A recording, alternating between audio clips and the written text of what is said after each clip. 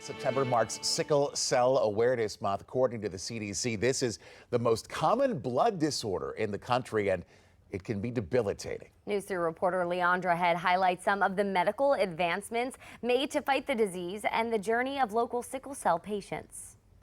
Many people living with sickle cell have severe pain and infections, leaving many to face physical challenges in their lives.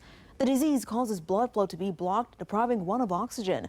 Many living with sickle cell tell me it's an uphill battle. I just keep pushing through. I take my time. I take one day at a time. My motto is, I have sickle cell, it don't have me, so I have control of it. Travis Robinson was diagnosed with sickle cell when he was born 36 years ago.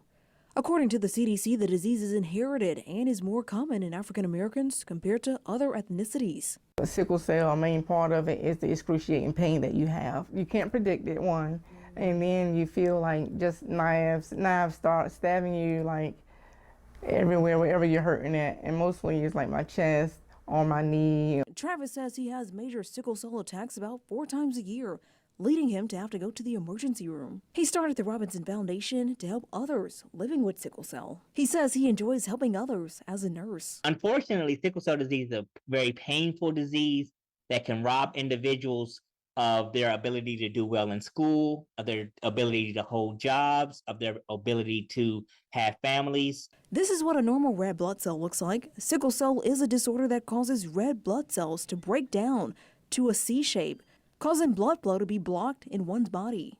This often leads to pain and infections. Dr. Edward Ivy treats sickle cell patients and also lives with sickle cell. He says there have been significant medical advancements. So Adagvio is a fairly new therapy for sickle cell disease that decreases those pain crises that are associated with sickle cell disease.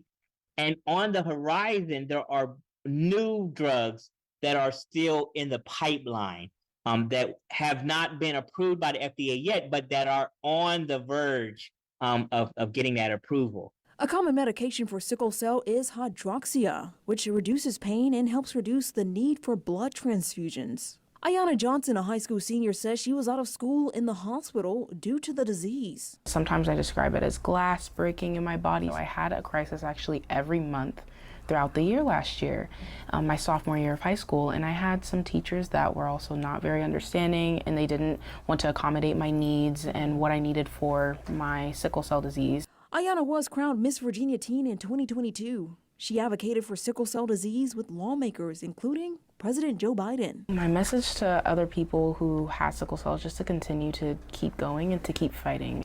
Here are some tips the CDC recommends if you're living with sickle cell. Drink at least 8 glasses of water and exercise weekly. Most importantly, not staying in the sun for too long. I'm Leandra Head, News 3.